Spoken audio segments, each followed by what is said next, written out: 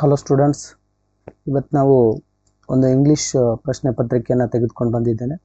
So ಇದು ಬಂದು 2025-26ನೇ ಸಾಲಿನ ಒಂದು ಸೆಕೆಂಡ್ PUCಯ ಮಾಡೆಲ್ ಕ್ವಶನ್ ಪೇಪರ್ ಇದು. ಓಕೆ, ಸೊ ಇದರಲ್ಲಿ 31A ಹಾಗೂ 30B ಅಂತ ಇದೆ. 31AB ಅನ್ನುವಂಥ ಕ್ವಶನ್ಸ್ಗಳಿದೆ. ಅದ್ರ ಜೊತೆಗೆ 32AB ಅನ್ನುವಂಥ ಕ್ವಶನ್ಸ್ಗಳಿವೆ. ಅವುಗಳ ಬಗ್ಗೆ ಈ ಒಂದು ವಿಡಿಯೋದಲ್ಲಿ ಡಿಸ್ಕಸ್ ಮಾಡ್ತಾ ಹೋಗೋಣ. ಬನ್ನಿ ಕ್ಲಾಸ್ ಸ್ಟಾರ್ಟ್ ಮಾಡೋಣ. ಸೊ ಮೊದಲಿಗೆ ಏನಿದೆ ನೋಡಿ. ಸೊ ರೋಮನ್ ಸಂಖ್ಯೆ 4ರಲ್ಲಿ 31A ಕ್ವಶನ್ಸ್ ಇದು ರಿರೈಟ್ ಆಸ್ ಡೈರೆಕ್ಟೆಡ್ ಅಂತ ಇದೆ. ಸೊ ಇಲ್ಲಿ ಒಂದೇ ಒಂದು ಕ್ವಶನ್ ಬಂದು Copernicus said that dash earth was revolves around the sun ಅಂತ ಇದೆ. ಸೊ ಯೂಸ್ ಪ್ರಾಪರ್ ಆರ್ಟಿಕಲನ್ನು ಯೂಸ್ ಮಾಡ್ರಿ ಅಂತ ಹೇಳ್ತಾನೆ. ಸೊ ಇಲ್ಲಿ ಡ್ಯಾಶ್ ಕೊಡಲಾಗಿದೆ. ಸೊ ಇಲ್ಲಿ ಅರ್ತ್ ಅನ್ನುವಂತಹ ಒಂದು ವರ್ಡ್ ಇದೆ. ಸೊ ಇದಕ್ಕೆ ನಾವು ಆರ್ಟಿಕಲನ್ನು ಹಚ್ಚಬೇಕು. ಅರ್ತ್ ಅಂದರೆ ಭೂಮಿ ಅಂತ ಹೇಳ್ತೀವಿ ನಾವು. ಸೊ ರೂಲ್ ಏನು ಹೇಳುತ್ತಾ ಆರ್ಟಿಕಲ್ದು ಅಂತಂದರೆ, ಸೊ ಅರ್ತ್ ಅನ್ನುವಂಥದ್ದು ಭೂಮಿ. ಸೊ ಇದೊಂದು ಯುನಿಕ್ ಆಗಿರುವಂಥ ಒಂದು ಇದು ವರ್ಡ್, ಇದು ವಸ್ತು. ಸೊ ಸನ್ ಅನ್ನುವಂಥದ್ದು ಸೂರ್ಯ ಆಗಿರ್ಬೋದು, ಚಂದ್ರ ಆಗಿರ್ಬೋದು, ಇವು ಭೂಮಿ, ಅರ್ತ್, ಸನ್, ಮೂನ್ ಇವೆಲ್ಲ ಯುನಿಕ್ ಆಗಿರ್ತಕ್ಕಂಥ ಈ ಒಂದು ಪ್ರಪಂಚದಲ್ಲಿ. ಸೊ ಇವುಗಳ ಮುಂದೆ ಇವು ವಿಶಿಷ್ಟವಾಗಿರ್ತಕ್ಕಂಥ ವಸ್ತುಗಳ ಹೆಸರಿನ ಮುಂದೆ ನಾವೇನು ಮಾಡಬೇಕಂದ್ರೆ ಯಾವಾಗಲೂ ದ ಅನ್ನುವಂಥ ಆರ್ಟಿಕಲನ್ನು ಹಚ್ತೀವಿ ಅನ್ನುವಂಥದ್ದೇ ರೂಲೇ ಹೇಳುತ್ತೆ. ಸೊ ಆರ್ಟಿಕಲ್ ಅನ್ನುವಂಥ ಟಾಪಿಕ್ ಮೇಲೆ ನಾನು ವಿಡಿಯೋನ ಮಾಡಿದ್ದೀನಿ, ಈಗಾಗಲೇ ಕ್ಲಾಸ್ ಮಾಡಿದ್ದೀನಿ. ಸೊ ಯಾವಾಗೆಲ್ಲ ಎ ಹಚ್ಚಬೇಕು, ಯಾನ್ ಹಚ್ಚಬೇಕು, ದ ಹಚ್ಚಬೇಕು ಅನ್ನುವಂಥದ್ದು ಸೊ ನೀವು ಅಲ್ಲಿ ನೋಡಿ ತಿಳ್ಕೊಬೋದು. ಸೊ ದ ಅನ್ನುವಂಥದ್ದು ಡೆಫಿನಿಟ್ ಆರ್ಟಿಕಲು, ಹೀಗಾಗಿ ನಾವಿಲ್ಲಿ ಡೆಫಿನಿಟ್ ಆರ್ಟಿಕಲನ್ನು ಬಳಸಬೇಕು ಅನ್ನುವಂಥದ್ದು. ಸೊ ಓಕೆ, ನೆಕ್ಸ್ಟ್ ನೋಡಿ ಎರಡನೇ ಒಂದು question.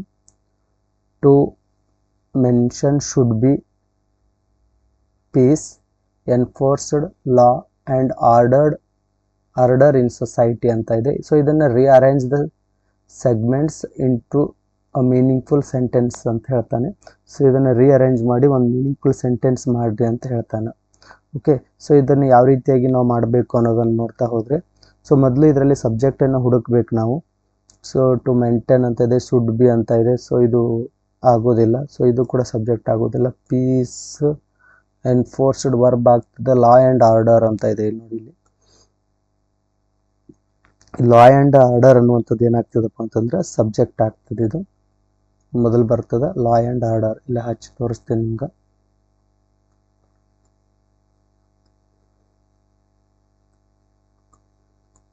Law and order. Okay, law and order ಆದಮೇಲೆ ನೆಕ್ಸ್ಟ್ ವರ್ಬ್ ಇಲ್ಲಿದೆ ನೋಡಿ, ಶುಡ್ ಬಿ. ಇವಾಗ ಶುಡ್ ಬಿ ಅನ್ನುವಂಥ ವರ್ಬ್ ಇದೆ. ಸೊ ಇದು ಬರ್ತದೆ ಶುಡ್ ಬಿ.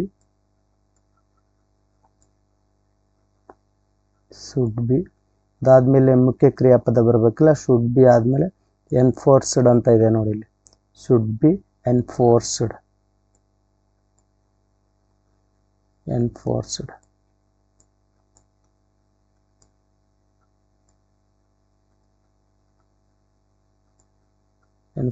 ಸಿ ಇದು. ಸೊ ಎನ್ಫೋರ್ಸ್ಡ್ ಅದಾದಮೇಲೆ ಏನು ಕೇಳ್ತದೆ ನಮ್ಗೆ. ಸೊ ಇಲ್ಲಿ ಟು ಮೇಂಟೈನ್ ಅಂಥೇಳಿ ಇನ್ಫಿನಿಟಿವ್ ಇದೆಯಲ್ಲ, ಟು ಮೇಂಟೈನ್ ಇಲ್ಲಿಂದ ಸ್ಟಾರ್ಟ್ ಆಗ್ತದೆ. To maintain maintain.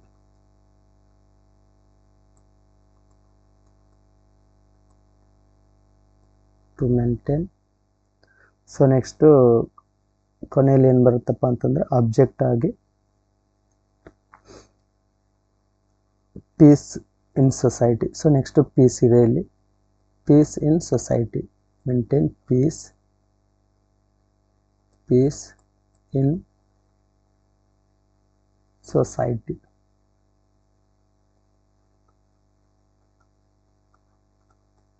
ಈ ರೀತಿಯಾಗಿ ಬರ್ತದೆ. Law and order should be enforced to maintain peace in society. ಈ ರೀತಿಯಾಗಿ ಒಂದು ಸೆಂಟೆನ್ಸ್ ಏನಾಗ್ತದಪ್ಪ ಅಂತಂದ್ರೆ ಫ್ರೇಮ್ ಆಗ್ತದೆ, ಮೀನಿಂಗ್ಫುಲ್ ಸೆಂಟೆನ್ಸ್ ಆಗಿ. ಸೊ ಇಲ್ಲಿ ಏನಾಗ್ತದಪ್ಪ ಅಂತಂದ್ರೆ ಒಂದು ವಾಕ್ಯ ಏನಾಗ್ತದೆ, ಸಾಮಾನ್ಯವಾಗಿ ಕರ್ತೃ ಬೇಕಾಗ್ತದೆ, ಸಬ್ಜೆಕ್ಟ್ ಅನ್ನುವಂಥದ್ದು. ಸೊ ಇಲ್ಲಿ ಸಬ್ಜೆಕ್ಟ್ ಆಗಿ ನಾವು ಏನನ್ನು ನೋಡ್ತೀವಪ್ಪ ಅಂತಂದ್ರೆ ಲಾ ಆ್ಯಂಡ್ ಆರ್ಡರನ್ನು ಸಬ್ಜೆಕ್ಟ್ ಆಗಿ ನೋಡ್ತೀವಿ.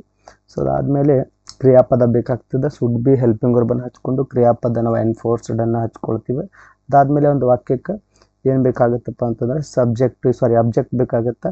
ಸೊ ಇಲ್ಲಿ ನಾವೇನು ಮಾಡ್ತೀವಪ್ಪ ಅಂತಂದ್ರೆ ಟು ಮೇಂಟೈನ್ ಅಂತ ಹೇಳಿ ಪೀಸ್ ಇನ್ ಸೊಸೈಟಿ ಆಬ್ಜೆಕ್ಟನ್ನು ಹಚ್ಕೊಳ್ತೀವಿ. ಸೊ ಸರಿಯಾದ ರೀತಿಯ ಒಂದು ಕ್ರಮ ಆಗ್ತದೆ. ಸೊ ಇದ್ರ ಮೀನಿಂಗ್ ಏನಾಗ್ತದೆ ಅಂದರೆ ಸಮಾಜದಲ್ಲಿ ಶಾಂತಿಯನ್ನು ಕಾಪಾಡಲು ಕಾನೂನು ಮತ್ತು ಸುವ್ಯವಸ್ಥೆ ಜಾರಿಗೆ ತರಬೇಕು ಅನ್ನುವಂಥದ್ದು. ಅಂದರೆ ಲಾ ಆ್ಯಂಡ್ ಆರ್ಡರ್ ಅಂದರೆ ಕಾನೂನು ಮತ್ತು ಸುವ್ಯವಸ್ಥೆ ಶುಡ್ ಬಿ ಎನ್ಫೋರ್ಸ್ಡ್ ಆಗಬೇಕು, ಅಂದರೆ ಜಾರಿಗೆ ತರಬೇಕು. So to maintain peace and society ಅಂತಂದರೆ ಸಮಾಜದಲ್ಲಿ ಶಾಂತಿಯನ್ನು ಮೇಂಟೈನ್ ಮಾಡಲು, ಕಾಪಾಡಲು ಅನ್ನುವಂಥ ಮೀನಿಂಗ್ ಬರುತ್ತೆ. ಓಕೆ, ನೆಕ್ಸ್ಟ್ ನೋಡಿ, each man and each women were given an opportunity to speak ಅಂತ ಇದೆ.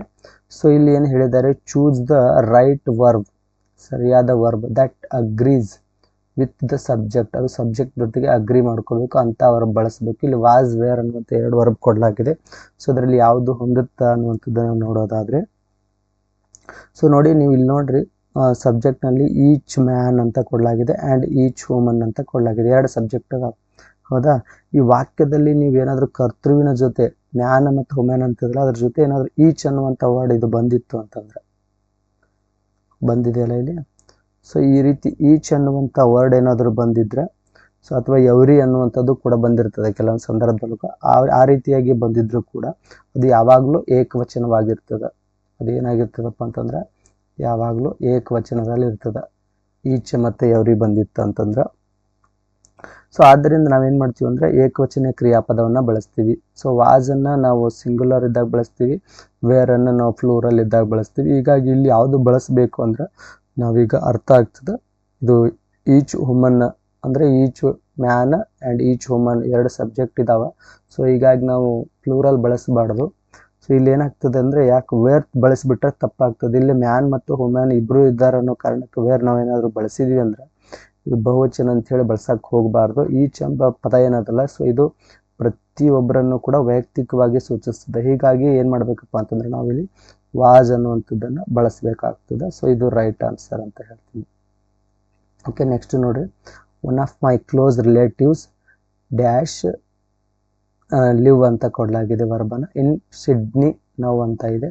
Use appropriate form give verb in the bracket. ಈ ಬ್ರಾಕೆಟ್ನಲ್ಲಿ ಲಿವ್ ಅನ್ನುವಂಥ ವರ್ಡ್ ಕೊಡಲಾಗಿದೆ, ಸೊ ವರ್ಬ್ ಕೊಡಲಾಗಿದೆ, ಅದನ್ನು ನೀವು ತೊಗೊಂಡು ಯೂಸ್ ಮಾಡಿಕೊಂಡು ಬ್ರಾಕೆಟನ್ನು ಕಂಪ್ಲೀಟ್ ಮಾಡಿರಿ, ಸೊ ಫಿಲ್ ಮಾಡಿರಿ ಅಂತ ಹೇಳ್ತಾರೆ. ಸೊ ಯಾವ ರೀತಿಯಾಗಿರ್ತಕ್ಕಂಥ ವರ್ಬನ್ನು ಯಾವ ರೀತಿಯಾಗಿ ನಾವು ಯೂಸ್ ಮಾಡ್ಕೋಬೋದು, ಸೊ ನೋಡ್ತಾ ಹೋಗೋದಾದರೆ ಇಲ್ಲಿ ಸರಿಯಾಗಿ ಲಿವ್ ಅನ್ನುವಂಥದ್ದನ್ನು ಯಾವ ರೀತಿ ಬಳಸ್ಬೋದು ಅಂತಂದರೆ ಲ್ಯೂಸ್ ಅಂಥೇಳಿ ಬಳಸ್ಬೋದು ನಾವು. ಸಿಂಪಲ್ ಪ್ರೆಸೆಂಟ್ ಟೆನ್ಸ್ನಲ್ಲಿ ಹೇಳ್ತೀವಲ್ಲ ಲ್ಯೂಸ್ ಅಂಥೇಳಿ.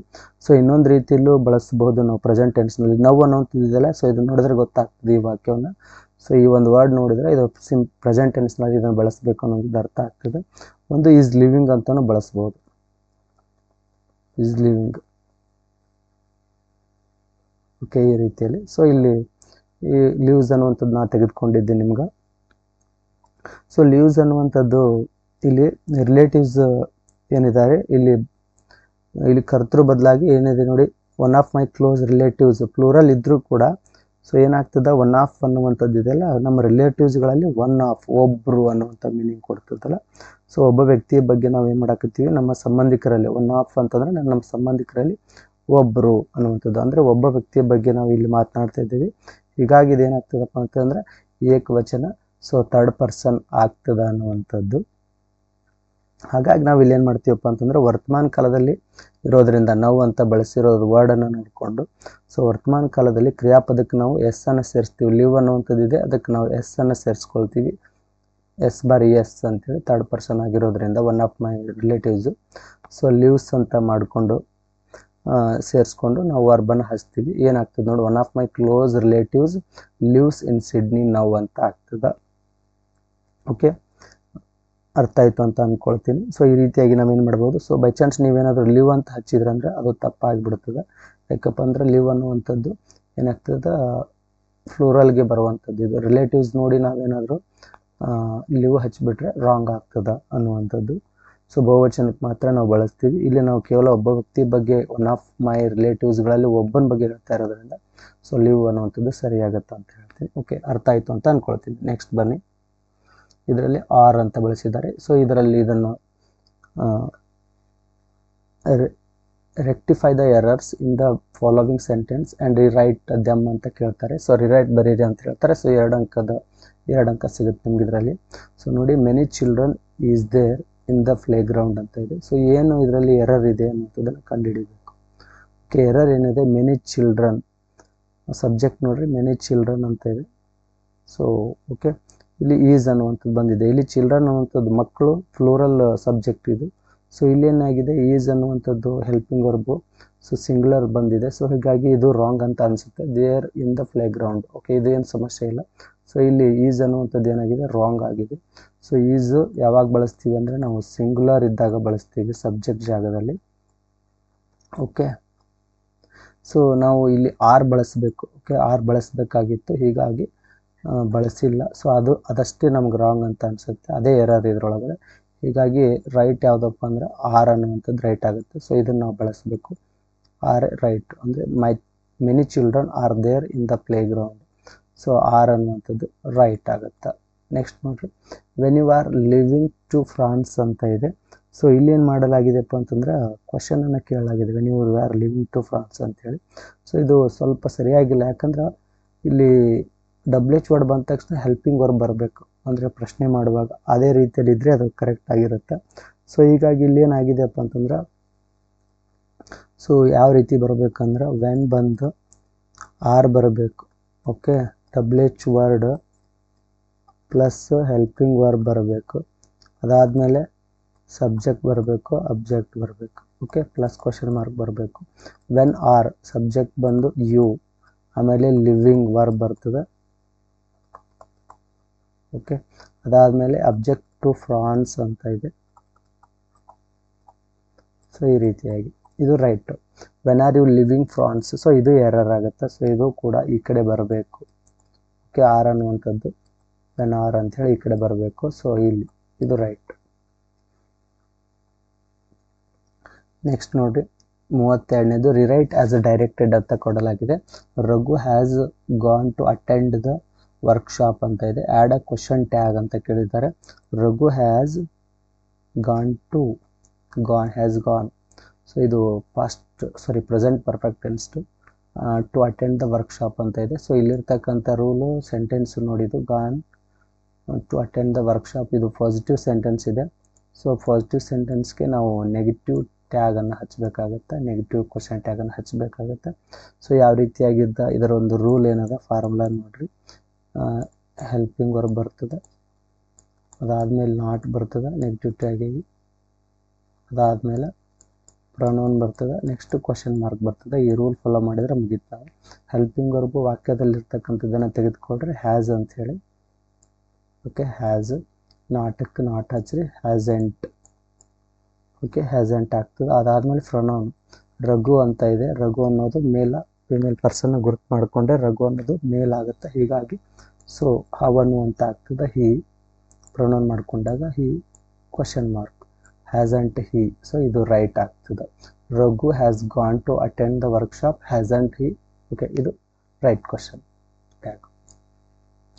ನೆಕ್ಸ್ಟ್ ನೋಡ್ರಿ, Charles Darwin developed the theory of evolution ಅಂತದೆ. ಎವಲ್ಯೂಷನ್ ಅಂತ ಇದೆ. Frame WH question to get the underline words. ಅಂದರೆ ಇಲ್ಲಿ ಚಾರ್ಲ್ಸ್ ಡಾರ್ವಿನ್ಗೆ ಅಂಡರ್ಲೈನ್ ಮಾಡಲಾಗಿದೆ. ಸೊ ಇದನ್ನು ನೀವು ಫ್ರೇಮ್ ಮಾಡಬೇಕು, WH ವರ್ಡ್ ಮಾಡಬೇಕು ಅಂತ ಹೇಳ್ತಾರೆ. ಸೊ ಯಾವ ರೀತಿಯಾಗಿ ಮಾಡ್ಬೋದು, ಚಾರ್ಲ್ಸ್ ಡಾರ್ವಿನ್ ಅಂತ ಅನ್ನೋ ವ್ಯಕ್ತಿ ಆಗಿರೋದ್ರಿಂದ ಸೊ ವ್ಯಕ್ತಿಗೆ ನಾವು WH ಅನ್ನು ಯಾವ ರೀತಿ ಬಳಸ್ತೀವಿ ಅಂದರೆ ಹೂ ಅನ್ನುವಂಥದ್ದು ಬಳಸ್ತೀವಿ. Okay, so who developed the theory of evolution ಅಂತೇಳಿ. ಸೊ ಹೂ ಹಚ್ಚಿದರೆ ರೈಟ್ ಆಗ್ತದೆ ಈ ಜಾಗದಲ್ಲಿ. ಸೊ ಇದನ್ನು ತೆಗೆದು ಹಚ್ಚಬೇಕು, ಹೂವನ್ನು ರಿಪ್ಲೇಸ್ ಮಾಡಬೇಕು, ನೆಕ್ಸ್ಟ್ ಕ್ವಶನ್ ಮಾರ್ಕ್ ಬರಬೇಕು. ಸೊ ಈ ರೀತಿಯಾಗಿ ಬಂದರೆ ಏನಾಗ್ತದೆ, ಅದು ರೈಟ್ ಆಗ್ತದೆ. ಹೂ ಡೆವಲಪ್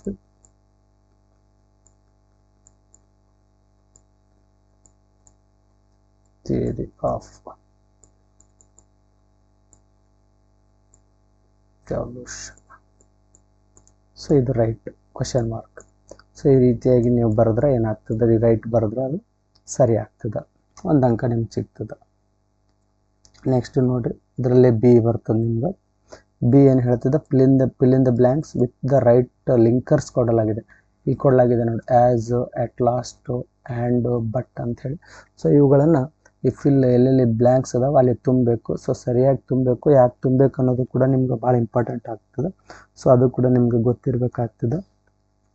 ನೋಡ್ರಿ ಇಲ್ಲಿ, one fine day wealthy man drove out of his city. He saw a farmer's horse on his way. He saw a farmer's horse on his way. So he was attracted to it ಅಂತ ಇದೆ.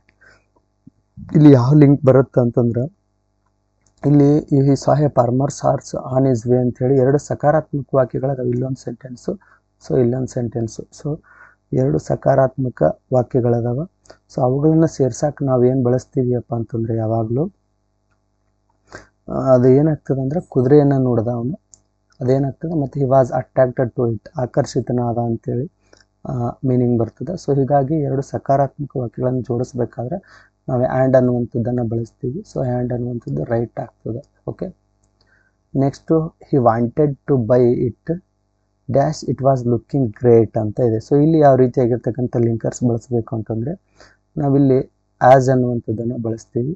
So as ಅನ್ನುವಂಥದ್ದು ಯಾಕೆ ಬಳಸ್ತೀವಿ ಅಪ್ಪ ಅಂತಂದ್ರೆ, ಇಲ್ಲಿ ಕಾರಣವನ್ನು ತಿಳಿಸಲು ಇದನ್ನು ನಾವು ತೆಗೆದುಕೊಂಡಿರ್ತೀವಿ, ಆ್ಯಸನ್ನು ಬಳಸ್ತೀವಿ. ಅಂದರೆ ಕುದುರೆ ಚೆನ್ನಾಗಿ ಕಾಣಿಸ್ತಾ ಇತ್ತು, ಸೊ ಹೀಗಾಗಿ ಅವನು ಅದನ್ನು ಖರೀದಿಸಲು ಇಷ್ಟಪಡ್ತಾನೆ. ಈ ವಾಂಟೆಡ್ ಟು ಬೈ ಇಟ್, ಅದನ್ನು ಅವನು ಖರೀದಿಸಲು ಬಯಸ್ತಾನೆ. ಯಾಕಂದರೆ as it was looking great, ಅಂದರೆ ಅದು ಏನಾಗಿತ್ತಪ್ಪ ಅಂತಂದರೆ ನೋಡಲಿಕ್ಕೆ ಬಹಳ ಅಟ್ರಾಕ್ಟಿವ್ ಆಗಿ ಕಾಣಿಸ್ತದೆ. ಸೊ ಹೀಗಾಗಿ ಅವ ಏನು ಮಾಡ್ತಾನೆ, ನೋಡ್ಲಿಕ್ಕೆ ಚೆನ್ನಾಗಿ ಕಾಣಿಸೋ ಕಾರಣ it was looking great. So as it was looking great, ನೋಡಲಿಕ್ಕೆ ಚೆನ್ನಾಗಿ ಕಾಣಿಸುವ ಕಾರಣದಿಂದ ಈ ವಾಂಟೆಡ್ ಟು ಬೈ ಇಟ್, ಅದನ್ನು ಖರೀದಿಸಲು ಬಯಸ್ತಾನೆ. ಸೊ ಹೀಗಾಗಿ ಆ್ಯಸ್ ಅನ್ನುವಂಥದ್ದು ನಾವು ಇದಕ್ಕೆ ಬಳಸ್ತೀವಿ ಅಂದರೆ ಕಾರಣ ಹೇಳೋಕ್ಕೆ ಇಲ್ಲಿ ಬಳಸ್ತೀವಿ ಅನ್ನುವಂಥದ್ದು.